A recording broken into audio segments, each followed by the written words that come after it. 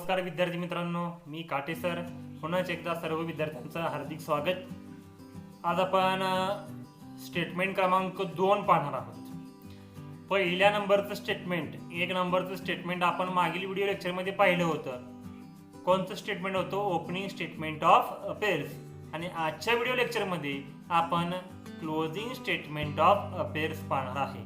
त्याचा अर्थ पाहूया अगोदर, ठीक आहे. त्याचं सूत्र पाहूया आणि त्याच्यानंतर आपण आराखडा पाहूया. तुम्हाला थिअरॉटिकलमध्ये प्रश्न विचारला जातो. बघा, तुम्हाला थिअरॉटिकलमध्ये प्रश्न विचारला जातो थिअरीचा, की ओपनिंग स्टेटमेंट ऑफ अफेअर्स हे एक्सप्लेन करा, सांगा. तर त्यावेळी त्याची व्याख्या या ठिकाणी मी सांगतोय. बघा, त्याचा अर्थ सांगणारच आहे आणि त्याचं सूत्र तुम्ही लिहिले तरी चालू शकते. जर लिहिलं तर तुम्हाला पैकीच्या पैकी मार्क मिळत असतात, म्हणून दोन्ही पण घेतो. व्याख्या पण घेतोय, सूत्र पण घेतोय आणि आराखडा पण घेतोय, लगेच समजावं म्हणून. ठीक आहे. तर या ठिकाणी आता आपण 2 नंबरचं आपण बघतोय. त्याचं नाव आहे closing statement of affairs. Closing statement of affairs. ठीक आहे. आता याची व्याख्या किंवा अर्थ नक्की काय दिलेला आहे त्यांनी सांगितले. बघा, closing statement of affairs is prepared. बघा, क्लोजिंग स्टेटमेंट ऑफ अफेअर्स हे कधी तयार केलं जातं? हे कधी तयार केलं जातं तर त्यांनी सांगितलं at the end of the accounting year. Opening statement हे मागील व्हिडिओ लेक्चरमध्ये बघितलं, ते अकाउंटिंग इयरच्या सुरुवातीला केलं जातं, start of the accounting year. ठीक आहे. आणि हे जे आपण क्लोजिंग स्टेटमेंट ऑफ अफेअर्स बघतोय हे end of the accounting year, म्हणजे अकाउंटिंग इयरच्या शेवटी आपण हे स्टेटमेंट तयार करत असतो, प्रिपेअर करत असतो. ठीक आहे. पुढे सांगितले बघा, परंतु का तयार करतो त्याचं काहीतरी कारण असेल. टू फाइंड आउट, काय शोधायचं आहे. बघा, फाइंड आउट म्हणजे शोधणे. The closing capital balance. त्यांनी सांगितलंय की क्लोजिंग कॅपिटल बॅलन्स शोधण्यासाठी, क्लोजिंग कॅपिटल बॅलन्स शोधण्यासाठी हे आपण स्टेटमेंट तयार करत असतो. कोणतं? क्लोजिंग स्टेटमेंट ऑफ अफेअर्स तयार करत असतो. का? तर क्लोजिंग कॅपिटल काढण्यासाठी. ओपनिंग स्टेटमेंट का तयार करत होतो? ओपनिंग कॅपिटल काढण्यासाठी. क्लोजिंग स्टेटमेंट का तयार करतोय? क्लोजिंग कॅपिटल काढण्यासाठी. ठीक आहे. पुढील बघू शकता, पुढे वाक्य दिलेलं आहे, अजून संपलेलं नाही. Closing assets and closing liabilities are shown in the closing statement of affairs. Closing statement of affairs मध्ये काय काय दाखवलं जातं? क्लोजिंग असेट्स आणि क्लोजिंग लायबिलिटीज, शेवटच्या संपत्ती आणि शेवटी आणखीन काही शिल्लक असणारे कर्ज देणं या ठिकाणी दाखवल्या जातात, शोन केल्या जातात. ठीक आहे. पुढे आणखीन सांगितलेलं आहे, अजून संपलेलं नाही वाक्य. If the total of the asset side is greater than the total of the liability side, it represent closing capital. बघा, त्यांनी सांगितलंय असेट साइड ही जास्त असते कोणापेक्षा? लायबिलिटी साइड पेक्षा. असेट साइड ही जास्त असते कोणापेक्षा? लायबिलिटी साइड पेक्षा. आणि त्यामधून जो काही फरक येतो त्या फरकाला आपण म्हणतो क्लोजिंग कॅपिटल. काय म्हणतो? Closing capital. व्याख्या साधी सोपी आहे, काही सुद्धा अवघड नाही. अर्थ मराठीमध्ये सुद्धा मी सांगतो. काही शंका असतील तर विचारू शकता तुम्ही. ठीक आहे. तर अशा प्रकारे त्याची व्याख्या सांगितलेली आहे, अर्थ सांगितलेला आहे. त्याचा आता आपण सूत्र पाहू शकतो. या ठिकाणी सूत्र दिलेलं आहे. सूत्र काय आहे? क्लोजिंग कॅपिटल काढण्यासाठी काहीतरी सूत्र आहे, ते सूत्र आपण या ठिकाणी बघायचं आहे. Closing capital is equal to closing asset वजा क्लोजिंग लायबिलिटीज. बघा, क्लोजिंग असेट वजा क्लोजिंग लायबिलिटीज, शेवटी जी काही संपत्ती शिल्लक होत्या त्यामधून वजा केलं जातं. काय वजा केलं जातं? क्लोजिंग लायबिलिटीज, कर्ज किंवा देणं. शेवटी जी काही कर्ज आणि देणं शिल्लक होतं ते वजा करायचं आहे. कशामधून? शेवटला शिल्लक असणाऱ्या संपत्तीमधून. आणि या दोघांच्या फरकामधून काय नक्की येतं? काय मिळतं आपल्याला? क्लोजिंग कॅपिटल मिळतं. ठीक आहे. आता आपण आराखडा पाहणार आहोत. कशाचा? Closing statement of affairs. बघा, जो आराखडा ओपनिंग स्टेटमेंटला सांगितला तोच आराखडा या ठिकाणी आता आपण पाहणार आहोत. या ठिकाणी आता आपण आराखडा पाहतोय. तर या ठिकाणी त्यांनी सांगितलेलं आहे की आराखडा, कशाचा आराखडा आपण पाहणार आहे. फॉर्मॅट पाहतोय पण कशाचा, निळ्या अक्षरामध्ये मी या ठिकाणी लिहिलेलं आहे क्लोजिंग स्टेटमेंट ऑफ अफेअर्स. त्यामध्ये काही डाटा येतो, त्यामध्ये काही व्यवहार आहेत ते आपण पाहणार आहे की कोणकोणत्या बाजूला येतात. ठीक आहे, असेट साईडला कोणतं येतं, लायबिलिटी साईडला कोणतं येतं हे आता आपण पाहणार आहोत. किती कॉलम करायची हे सुद्धा आपण पाहणार आहोत. तर ठीक आहे, पहिला मुद्दा कोणता असेल तर पहिला मुद्दा आहे की कोणाच्या पुस्तकामध्ये करतो, इन द बुक्स ऑफ. हे लिहिणं गरजेचंच आहे. काही जण हे लिहित नाही, डायरेक्ट कॉलम करतात आणि लिहायला सुरुवात करतात. तसं चालत नाही. तर या ठिकाणी कोणाच्या पुस्तकामध्ये करतोय त्याचं नाव त्या उदाहरणामध्ये दिलेलं असतं, एक्झाम्पलमध्ये दिलेलं असतं, ते लिहिणं गरजेचं आहे. ठीक आहे, उदाहरणामध्ये तुम्हाला कंपनीचं नाव, त्या व्यक्तीचं नाव त्या ठिकाणी देतात. ठीक आहे, म्हणून या ठिकाणी in the books of dot dot म्हटलेलं आहे. ते उदाहरणामध्ये तुम्ही जे काही दिलं असेल ते लिहायचं असतं. बरं, त्याच्या पुढं काय अजून टायटल आहे का? आहे अजून title, statement of affairs as on. आता हे क्लोजिंग स्टेटमेंट आहे म्हटल्यानंतर क्लोजिंगची तारीख किती असते, अकाउंटिंग इयरची क्लोजिंगची तारीख किती असते, 31 मार्च.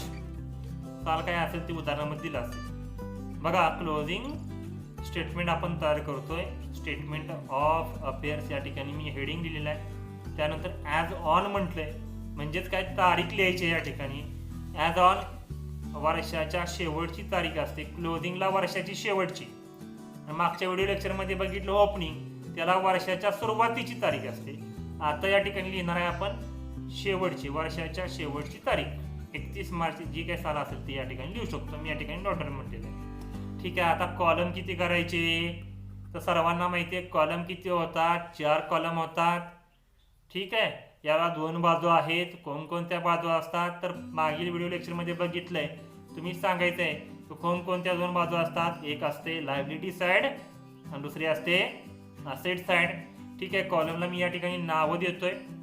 आता लायबिलिटी साईडला मी नावं दिलेत दोन्ही कॉलमला, liabilities amount rupees, asset amount rupees. ठीक आहे, असेटला हे 2 कॉलम आहेत आणि लायबिलिटीला हे 2 कॉलम आहेत. ठीक आहे, आता या ठिकाणी मी जास्त काही वेळ घालवणार नाही, कारण मागे व्हिडिओ लेक्चरमध्ये आपण लायबिलिटीज म्हणजे काय आणि असेट म्हणजे काय पाहिलेलं आहे. मराठी अर्थ मी पुन्हा एकदा सांगतो. लायबिलिटीज म्हणजे काय, कर्ज किंवा देणं, कर्ज किंवा देणं, लक्षात ठेवा, कर्ज किंवा देणं. बरं, त्यानंतर काय आहे असेट. असेटचा अर्थ काय, संपत्ती, मालमत्ता किंवा येणं, संपत्ती किंवा येणं. ठीक आहे, विसरायचं नाही. आता 2 वेळा सांगितलंय, मागील व्हिडिओ लेक्चरमध्ये सुद्धा सांगितलंय आणि आता सुद्धा सांगितलेलं आहे. कोणकोणते मुद्दे येतात पुन्हा एकदा मी सांगणार आहे. बारकाईने लक्ष द्यायचं आहे, लक्षपूर्वक बघा, मी पुन्हा सांगत नाही. ठीक आहे, तर पुन्हा एकदा मी घेतलेलं आहे.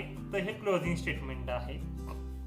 या ठिकाणी आता आपण बघतोय सन्ड्री क्रेडिटर्स. आता सन्ड्री क्रेडिटर्स म्हणजे काय सांगितलंय. सन्ड्री क्रेडिटर्स म्हणजे मालक किंवा धनको. मालकाला नेहमी आपण पैसे काय असतो, देणं असतो. का देणं असतो हे मागील व्हिडिओ लेक्चरमध्ये सांगितलंय. तो व्हिडिओ पुन्हा बघा वाटलं तर समजलं नसेल. क्रेडिटर्स म्हणजे काय, मालक, मालकाला नेहमी आपण पैसे काय देणं असतो. देणं म्हटलं की लायबिलिटीज, देणं म्हटलं की लायबिलिटीज. ठीक आहे, पुढील मुद्दा आपण बघूया. बिल्स पेएबल, काहीतरी बिल आपण पेएबल आहे. पेएबल म्हणजे देणं आहे, दिलेलं नाही, देणं आहे. पेएबलचा अर्थ होतो देणं, देणं म्हणजेच लायबिलिटीज. ठीक आहे, पुढे सांगितलं आउटस्टँडिंग एक्सपेन्सेस. आउटस्टँडिंग एक्सपेन्सेस म्हणजे काय तर मगाशी मी एक उदाहरण सांगितलं होतं की चहाच्या टपरीवरती मी चहा प्यायला गेलो होतो. बघा, मागील व्हिडिओ लेक्चरमध्ये मी सांगितलं होतं की आउटस्टँडिंग एक्सपेन्सेसचा अर्थ काय होतो. तर मी एका चहाच्या टपरीवरती मी चहा पिण्यासाठी गेलो होतो, चहा पिला परंतु पैसे दिलेले नाहीत. पैसे दिलेले नाहीत, उधारीचा व्यवहार आहे. मग मी पैसे काहीतरी कालावधीनंतर देणार आहे, 1-2 दिवसानंतर, महिन्यानंतर. ठीक आहे, म्हणजे मी पैसे देणं आहे. पैसे देणं आहे म्हणजेच काय, लायबिलिटी आहे. आउटस्टँडिंग एक्सपेन्सेसचा अर्थ काय होतो, देणं. आउटस्टँडिंगचा अर्थ येणं सुद्धा होतो आणि देणं सुद्धा होतो. परंतु पुढं म्हटलं एक्सपेन्सेस, एक्सपेन्सेस म्हणजे खर्च. खर्च आउटस्टँडिंग. बघा, आउटस्टँडिंग एक्सपेन्सेस. खर्चाबद्दल दाखवलं असेल आउटस्टँडिंग तर आपण नेहमी देणं असतो. या ठिकाणी आउटस्टँडिंग इन्कम असतं तर ते आपल्याला येणं असतं, लक्षात ठेवा. आउटस्टँडिंग एक्सपेन्सेस नेहमी काय असतो, आपण देणं असतो. देणं म्हटलं की लायबिलिटीज. ठीक आहे, पुढील पॉईंट बघू शकतो आपण. Bank overdraft. मागाशी सांगितलं की माझं अकाउंट होतं, अकाउंटमध्ये 1,000 रुपये शिल्लक होते, मला गरज आहे 5,000 रुपयांची. बघा, त्यावेळी बँक म्हणते की आम्ही 4,000 रुपये तुम्हाला कर्ज म्हणून देतो. बँकेतील 1,000, 4 अधिक 1 5,000 हे तुम्ही घ्या. फक्त 4,000 रुपये जे बँकेने दिले होते ते कर्ज म्हणून दिले होते, ते परत बँकेला आपल्याला द्यावे लागतात, परतफेड करावी लागते. म्हणजेच बँक ओव्हरड्राफ्ट. बघा, बँक ओव्हरड्राफ्ट हे आपलं कर्ज आहे. कर्ज म्हणजे देणं आहे. देणं म्हटलं की लायबिलिटीज. ठीक आहे, पुढे सांगितलं बँक लोन. सरळ आता सांगितलं लोनचा अर्थ काय होतो, कर्ज. कर्ज आपण नेहमी काय असतो, देणं असतो कुणाला, बँकेला. म्हणून देणं म्हटलं की लायबिलिटीज. हे 5 मुद्दे आहेत, सर्वांना समजले असतील की हे 5च्या 5 मुद्दे आपण देणं होतं म्हणून लायबिलिटी साईडला आलं. ठीक आहे, आता आपण असेट साईड बघणार आहे. असेट साईडला पहिला मुद्दा कोणता आहे, प्लांट अँड मशिनरी. बघा, प्लांट अँड मशिनरी म्हणजे काय सांगितले मी मगाशीच. असेट साईड बघतोय, असेटचा अर्थ काय आहे. असेटचा अर्थ काय आहे, पुन्हा एकदा म्हणतोय, असेटचा अर्थ काय आहे, संपत्ती किंवा येणं. संपत्ती किंवा येणं. ठीक आहे, आता अर्थ समजला. Plant and machinery. Plant and machinery म्हणजे यंत्रसामग्री कोणाची मी दुसऱ्याची दाखवलेली नाही. यंत्र जे आहे ते आपल्या व्यवसायाचं आहे, म्हणजे आपल्या व्यवसायाच्या मालकीचं आहे, म्हणजे आपल्या व्यवसायाची संपत्ती आहे. ते यंत्र आपल्या व्यवसायाची काय आहे, संपत्ती आहे. संपत्ती म्हणलं की असेट. ठीक आहे, पुढील मुद्दा बघू शकतो आपण. Furniture and fixtures. बघा, फर्निचर अँड फिक्चर्स ऑफिसमध्ये, कार्यालयामध्ये किंवा काही शॉप असतात त्या ठिकाणी फर्निचरची गरज असते. बघा, हे फर्निचर कोणाच्या मालकीचं असणार आहे, तर आपल्या व्यवसायाच्याच मालकीचं असणार आहे. व्यवसायाच्या मालकीचं आहे म्हटल्यानंतर आपल्या व्यवसायाची काय आहे, संपत्ती आहे. संपत्ती म्हटलं की असेट. ठीक आहे, संपत्ती म्हटलं की असेट. पुढील पॉईंट बघा कोणता दिलाय, बिल्डिंग. पुढील पॉईंट काय सांगितलाय, बिल्डिंग.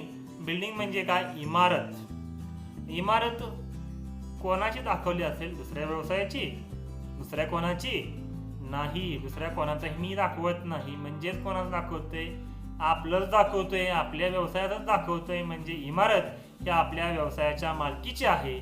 आपल्या व्यवसायाची ती काय आहे, संपत्ती आहे. संपत्ती म्हणजेच असेट. ठीक आहे, संपत्ती म्हणजेच असेट. बिल्डिंग हे आपली संपत्ती आहे म्हणून असेटला घेतलं. पुढील पॉईंट बघू शकता, इन्व्हेस्टमेंट. इन्व्हेस्टमेंट म्हणजे काय, इन्व्हेस्टमेंट म्हणजे काय, काय वस्तू आहे, नाही ना, वस्तू बिस्तू काय, त्याचा अर्थ माहिती आहे तुम्हाला, अर्थ पण माहित नाही. ठीक आहे, इन्व्हेस्टमेंट म्हणजे काय, तर इन्व्हेस्टमेंटचा अर्थ होतो गुंतवणूक. बघा, आपण काहीतरी पैशांची गुंतवणूक करतो. गुंतवणूक केली म्हटल्यानंतर ते पैसे आपल्याला भविष्य काळामध्ये माघारी येणार असतात, म्हणजे मिळणार आहेत माघारी. म्हणजेच काय की ते पैसे आपल्याला येणं आहेत. ते पैसे येणं आहेत. येणं आहेत म्हणजेच काय, असेट. येणं म्हटलं की असेट. ठीक आहे, पुढील पॉईंट बघूया आपण, सन्ट्री डेप्टर्स. बघा, या लायबिलिटी साईडला तुम्ही बघू शकता, पहिलाच पॉईंट बघितला होता क्रेडिटर्स.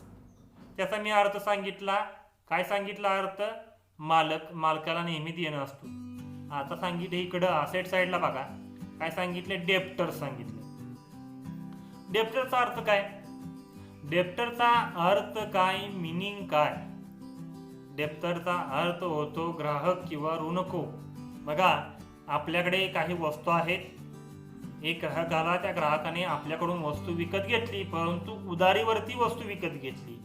ठीक आहे, उधारीवरती बघा, उधारीवरती जर वस्तू विकत घेतली असेल त्या ग्राहकाने, तर या ठिकाणी आपण सन्ट्री डेप्टरच्या अंतर्गत मांडत असतो. तुम्ही म्हणाल त्या ठिकाणी त्या व्यक्तीचं नाव का घेत नाही आपण, व्यक्तीचं नाव आपण घेत नाही कारण ग्राहक अनेक असतात. एकच ग्राहक असतो का आपल्या व्यवसायामध्ये, अनेक ग्राहक असतात, अनेक ग्राहक आहेत, त्यांची नावं आपण या ठिकाणी लिहू शकत नाही. त्यांचं एक हेडिंग आपण या ठिकाणी दिलेलं आहे सन्ड्री डेप्टर्स. म्हणून सन्ड्री डेप्टरच्या अंतर्गत जी काही उधारीचे व्यवहार होतात ती या ठिकाणी आपण मांडत असतो. ठीक आहे. ते पैसे आपल्याला काय आहेत, ते पैसे आपल्याला येणं आहेत. येणं म्हटलं की असेल, ग्राहकाकडून पैसे नेहमी येणं असतात. ग्राहकाकडून पैसे नेहमी येणं असतात. येणं म्हटलं की असेट. ठीक आहे. पुढील पॉईंट बघा, आपण आता या ठिकाणी बघतोय. पुढील पॉईंट सांगितलाय बिल्स रिसिवेबल. हा पॉईंट बघण्या अगोदर मी या ठिकाणी वरती दिलेला आहे पॉईंट बघा. बिल्स पेएबल, लायबिलिटी साईडला बघा बिल्स पेएबल म्हटलं होतं मी. पेएबल म्हणजे देणं, काहीतरी बिल मी देणं होतो, देणं म्हणून मी लायबिलिटी साईडला घेतलं. आता या ठिकाणी बिल्स रिसिवेबल, काहीतरी बिल आपल्याला येणं होते. येणं होतं म्हटल्यानंतर येणं म्हटलं की असेट. रिसिवेबल म्हणजे येणं म्हटलं की असेट. लक्षात घेणं गरजेचं आहे. ठीक आहे. Prepaid expenses. प्रीपेड एक्सपेन्सेस हा मुद्दा बघण्या अगोदर लायबिलिटी साईडला मी एक मुद्दा बघितला होता 3 नंबरचा, आउटस्टँडिंग एक्सपेन्सेस. आता त्याचा अर्थ मी तुम्हाला सांगितला की मी चहाच्या टपरीवरती गेलो होतो, चहा पिला परंतु पैसे दिले नाहीत. मी पैसे देणं होतो म्हणून ते आउटस्टँडिंग एक्सपेन्सेस कुठे गेलं, लायबिलिटी साईडला गेलं. मग प्रीपेड एक्सपेन्सेस याचं सुद्धा एक उदाहरण मी तुम्हाला सांगतो. याचा अर्थ काय होतो, तर अगोदरच मी पैसे दिले. ठीक आहे.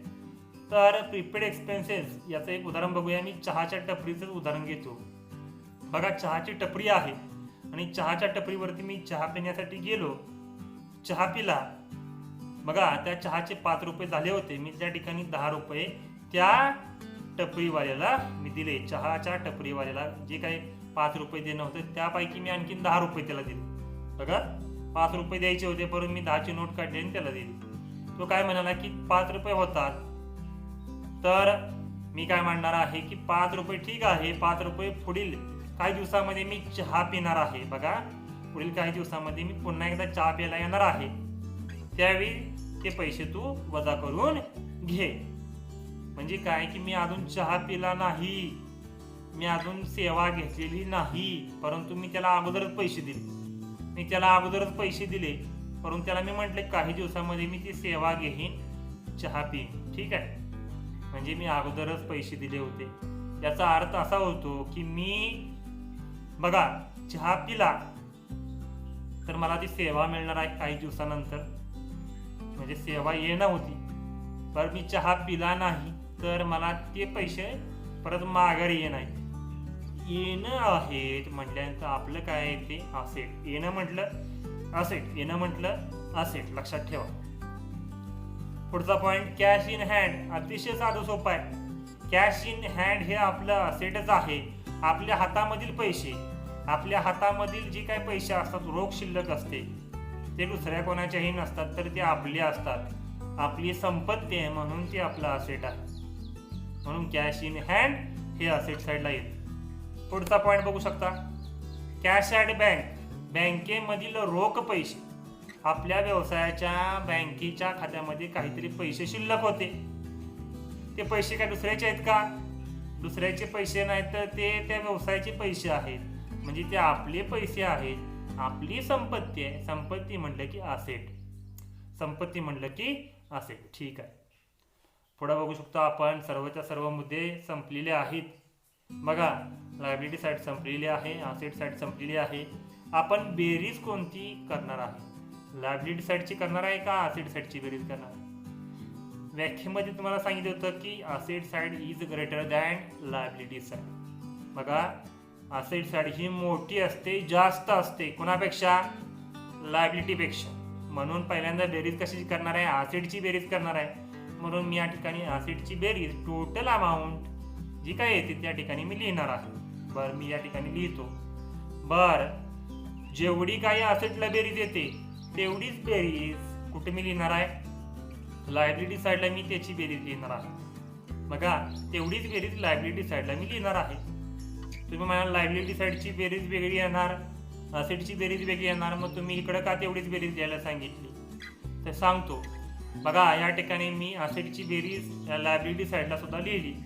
या बेरजेमधून जे काही लायबिलिटीची बेरीज होती ती वजा करायची असते.